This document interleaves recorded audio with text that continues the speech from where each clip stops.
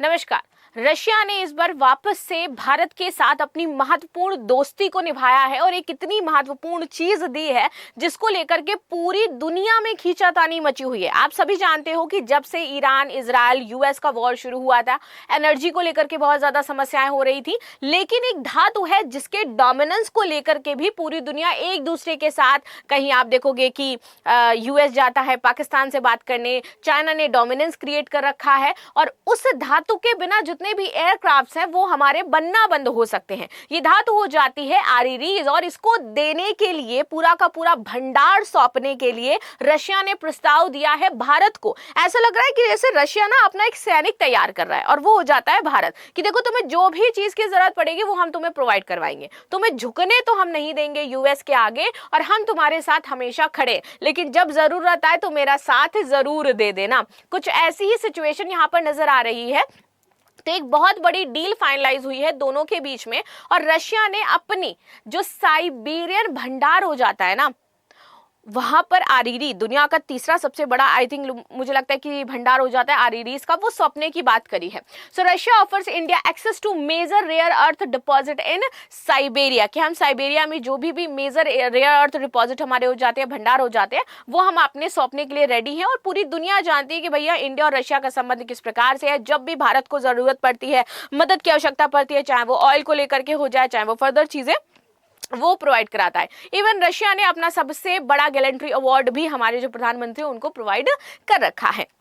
So now this is the news जिससे पूरी दुनिया अब हिली पड़ी है और भारत के लिए सबसे बेहतरीन चीज ये है कि उसका जो डिपेंडेंसी है ना अब चाइना से थोड़ा सा कम हो जाएगा, क्योंकि हम भैया अल्टरनेटिव तलाश रहे ही थे और रशिया ने हमें ऑफर भी कर दिया है। अब एक बार देख लेते हैं साइबेरिया है कहां पर। तो ये पूरा एरिया हो जाता है, ये है साइबेरिया मैप में कुछ इस तरीके से। अब जैसे ये न्यूज आई ना तो यूपीएससी में आपके लिए इंपॉर्टेंट क्या हो सकती है, तो साइबेरिया के आसपास अगर कोई चैनल हो जाता है, कोई स्टेट हो जाता है, तो वो आपको पता होना चाहिए। आसपास के नेशंस कौन कौन से हैं, कोई सी कौन सा है, तो वो सारी चीजें आप याद रखोगे क्योंकि डील इंपॉर्टेंट है। जब भी हम आईआर की बात करते हैं तो हमें लगता है यार आईआर हम पढ़ रहे हैं तो यूपीएससी में इंपॉर्टेंट कैसे होगा, तो यहां पर ये चीज है जो आपके लिए इंपॉर्टेंट है। इन ज्योग्राफी सेगमेंट अगर हम बात करें रशिया, तो वहां पर कोई चैनल है, कोई चीजें हैं, तो वो आपको याद रखना है, ठीक है। प्लस अब संबंधों के बारे में जब बात आती है तो हाल ही में भारत और रशिया के संबंधों में किस प्रकार से आप देखोगे कि जो चीजें हैं आगे बढ़ रही हैं, क्या चीजें चल रही है, तो आप इस जो डील है, इस ऑफर को है, उसमें भी मेंशन कर सकते हो, जिससे मेंस में आपका आंसर जो बेहतर हो सकता है। इस प्रकार से आईआर की न्यूज आपके लिए महत्वपूर्ण हो जाती है।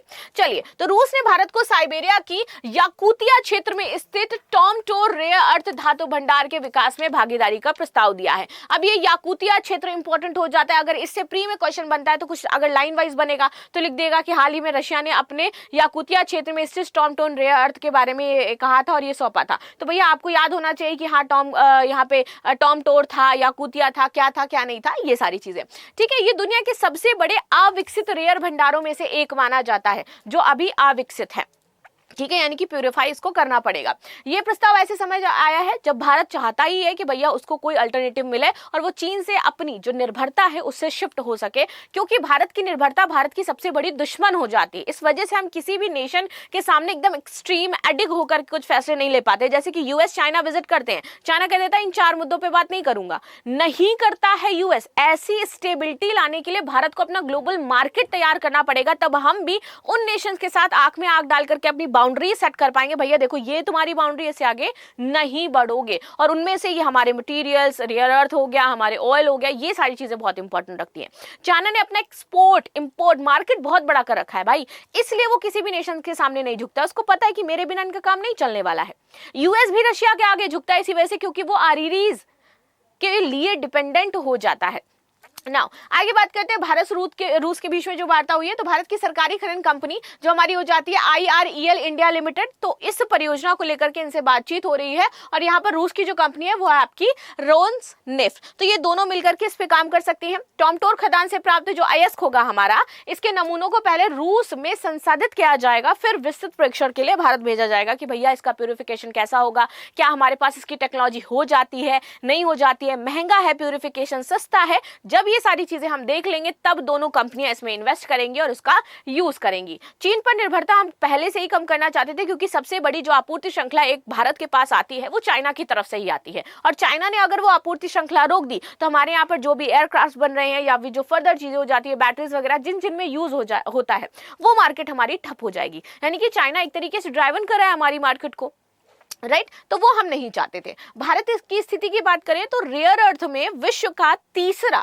सबसे बड़ा रेयर अर्थ का भंडार हमारे पास मौजूद हो जाता है प्रेजेंट समय में। इसके बावजूद देश में क्या है, प्रसंस्करण तथा मैग्नेट निर्माण की क्षमता नहीं है, पर्याप्त क्षमता नहीं है। क्षमता तो है लेकिन कुछ क्षमता ऐसी जो बहुत ही ज्यादा कॉस्टली है, तो हम कर नहीं पाते हैं। इसलिए भारत अभी भी कई महत्वपूर्ण उत्पादों के लिए क्या करता है, आयात करता है बाहर से। अब देखो रूस को होने वाले लाभ, तो पश्चिमी प्रतिबंधों के कारण रूस नए निवेश और बाजारों की तलाश कर रहा है। एशियाई देशों के साथ आर्थिक सहयोग बढ़ाना उसकी प्राथमिकता बन गया है।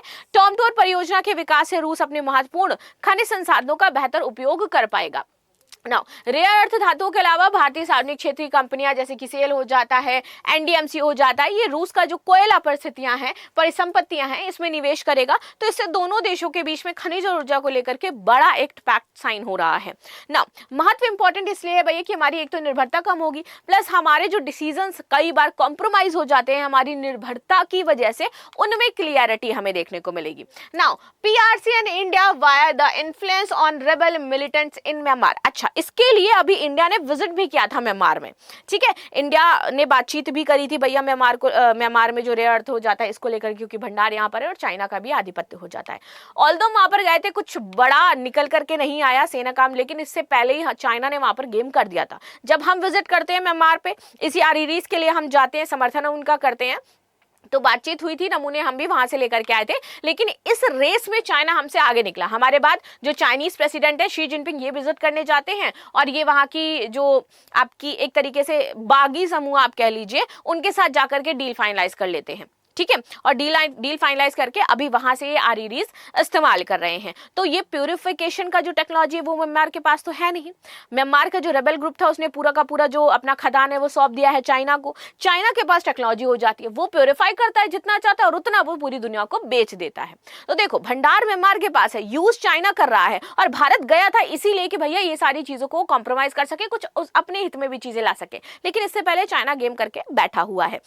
नाउ तो यहां से तो कुछ भारत को नहीं मिला, लेकिन भारत ने अपना एक दूसरा रास्ता जरूर खोल लिया है। वाई इज चाइना गिविंग म्यांमार्स मिन ऑन्ग हेंग डिप्लोमेटिक लाइफलाइन, और अपने मिंग ऑन्ग हेंग को भेजा था इन्होंने म्यांमार पे विजिट के लिए, ताकि आप ये सारी चीजें देख करके आओ।